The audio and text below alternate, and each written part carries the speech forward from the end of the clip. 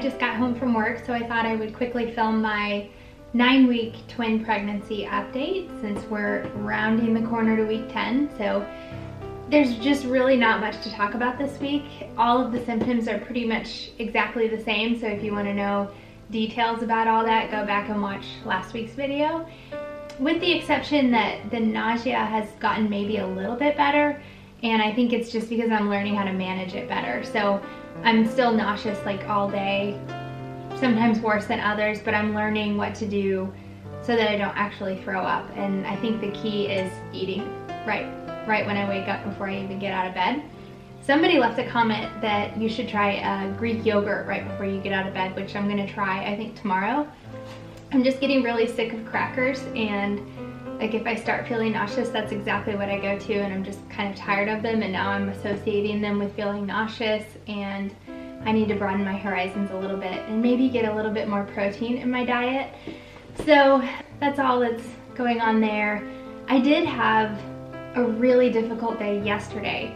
After lunch, and I ate SpaghettiOs. They were organic SpaghettiOs from Trader Joe's. I had mentioned before that SpaghettiOs were one of my cravings, and I thought I would go for the organic version.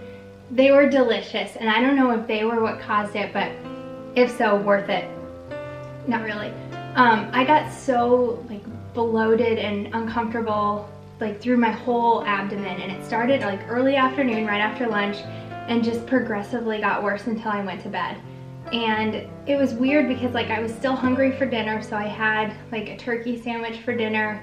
I heated up my lunch meat, which was also a tip from somebody that you can eat lunch meat as long as you just stop it in the microwave. But I had that for dinner, and it just kept getting worse and worse.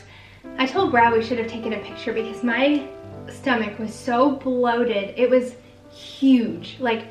I looked like I was 6 months pregnant yesterday.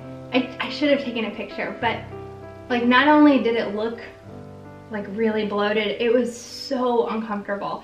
I was pretty much all but writhing in pain on the couch from all of this extra bloating, and I have no idea what caused it. I even did some prenatal yoga that's supposed to help with it.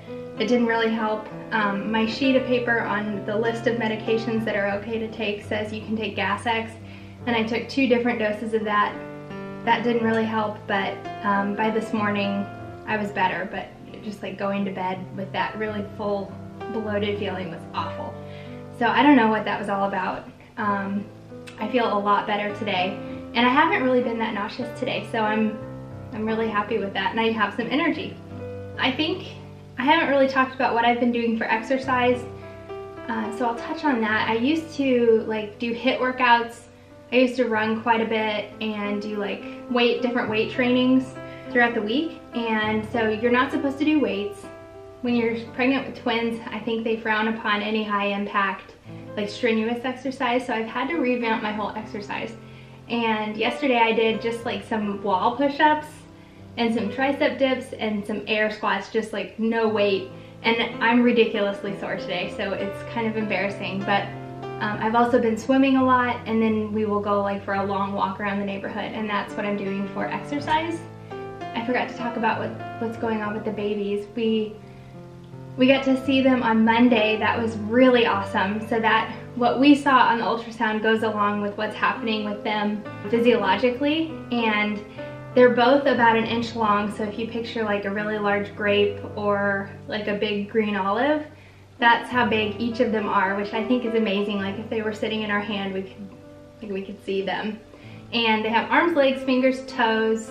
Almost all of their organs are developing at this point, and they have ears, and they're actually, they have muscle tone so that they can make spontaneous movement, which is exactly what we saw in the ultrasound. If you watch our regular vlogs, we had talked about this in our last vlog, but they were, during the ultrasound, you could see them moving their arms up and around, and it was something that I think both of us were just totally unprepared to see. So when we saw it, it was just really incredible. They were making human-like gestures.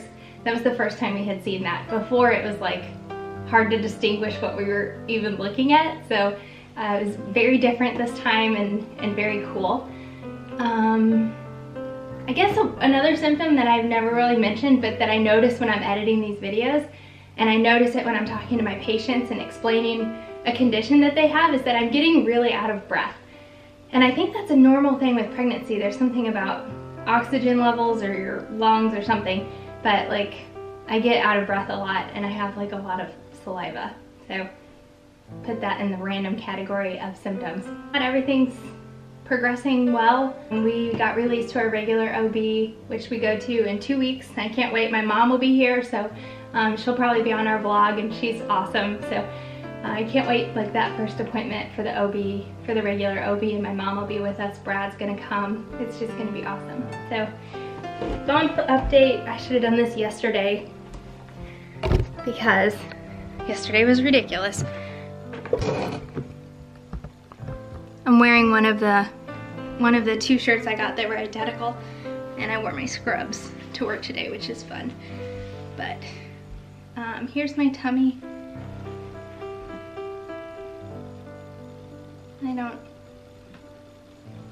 Some days it looks like there's a bump, and some days it doesn't look like there's much, but this is different for me. I can tell that looks different, so maybe not much from last week, but that's that. And then I also wanted to show you, I think this is really cute. So this is Brad's side of the bed here. Wow, I'm really zoomed in.